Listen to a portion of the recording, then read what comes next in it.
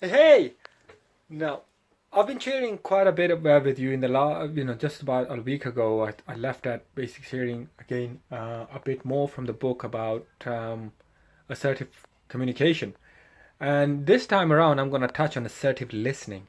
And it's interesting again. This is something I've touched on listening not so long ago in one of my videos, but this is going to be sort of an extension video to that, because I basically spoke of it just as listening, but Dale Carnegie puts it as assertive listening.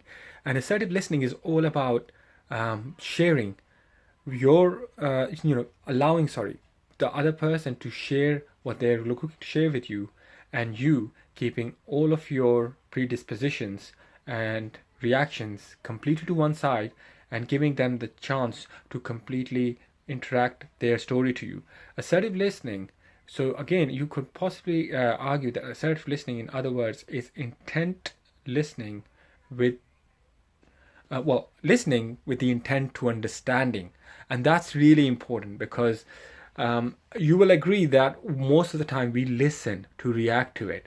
We listen to, again, put our own point of view in front of the other person and not really take in what they're talking about. And this is really key because, like the book stated, that when you're a saying in there was that an adversary could be defined as the person whose story you haven't heard yet.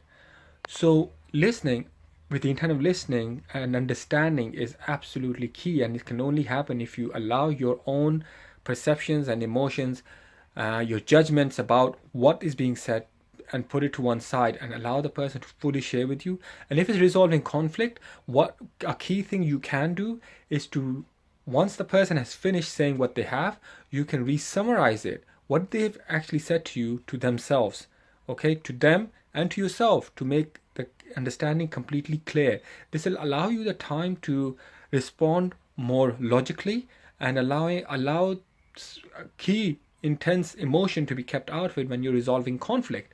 And another thing the book kind of talks about, again, another key thing to remember here is most of the listening that we are doing in our modern life is through the phones, again, reading something, or just communicating through, basically, without having facial contact. So what you have to do, and generally is about in listening, and it's imperative that you allow the other person, a person's understanding to sink in, to make really impressive communication. Even if it's someone new, you have to, even well, there's a thing called empathetic listening as well, which is part of assertive listening. And empathetic listening, again, like I said, you might summarize that as listening with the intent of straight away showing sympathy.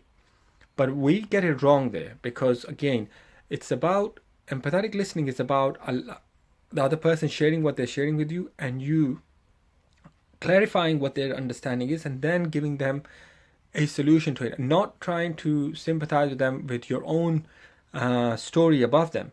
And something's called conversation topper.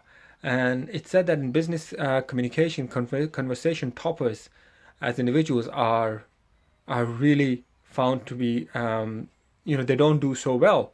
Again, what is conversation topping? That someone might share something with you and you might say, oh yeah, I remember this, and that's you trying to top their conversation. Saying, oh, I came across a situation where I saw 10 people fighting, where the other person said, oh, I saw a scuffle that day with 5 people kind of really getting at each other. So it's about basically trying to top their conversation in that way. I hope that makes it clear.